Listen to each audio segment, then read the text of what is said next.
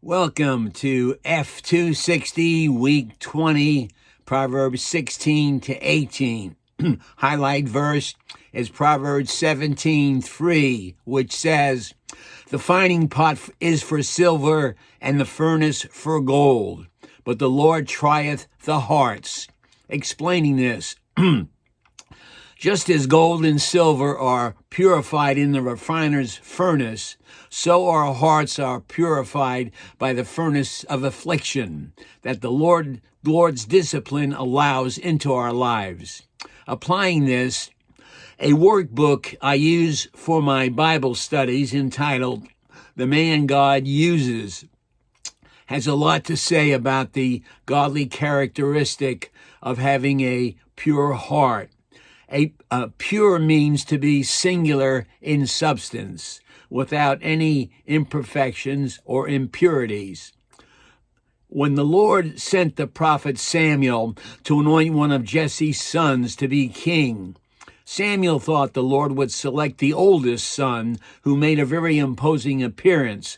But the Lord said to Samuel, "Look not on his countenance or on the height of his stature, because I have refused him. For the Lord seeth not as man seeth.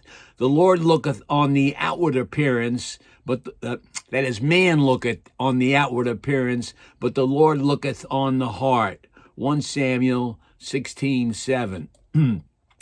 A pure heart is one committed to the Lord first and foremost. The Lord picked David because he saw that David's heart was pure. The word sincere is closely associated with purity. It comes from the Latin phrase sincere, which means without wax. Wax was often used to cover or fill cracks in property and in pottery, which could then be sold as undamaged. Under the test of fire, the wax would melt and reveal the otherwise hidden cracks and impurities. If we want God to reveal himself to us and see him clearly, we must approach him sincerely with clean hands and a pure heart. Psalm 24:4.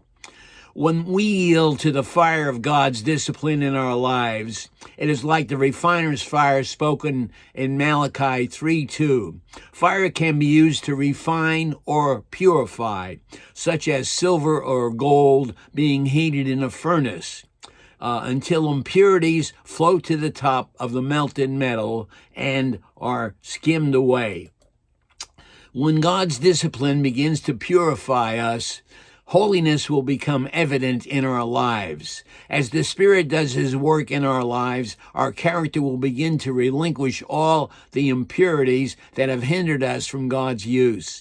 Like pure diamonds, we will brilliantly reflect Christ's light to all those around us. Even in times of failure, our lives will demonstrate a dependency upon God's grace.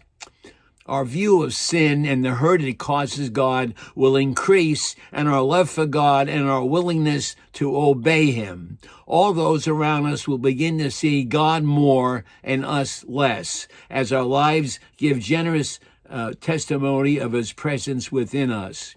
My response: the Lord will remove all the impurities and our sinful desires and inclinations and make us more holy and godly, and more in the image of Jesus Christ, but we must cooperate with his grace, allowing it to change us. Amen. God bless.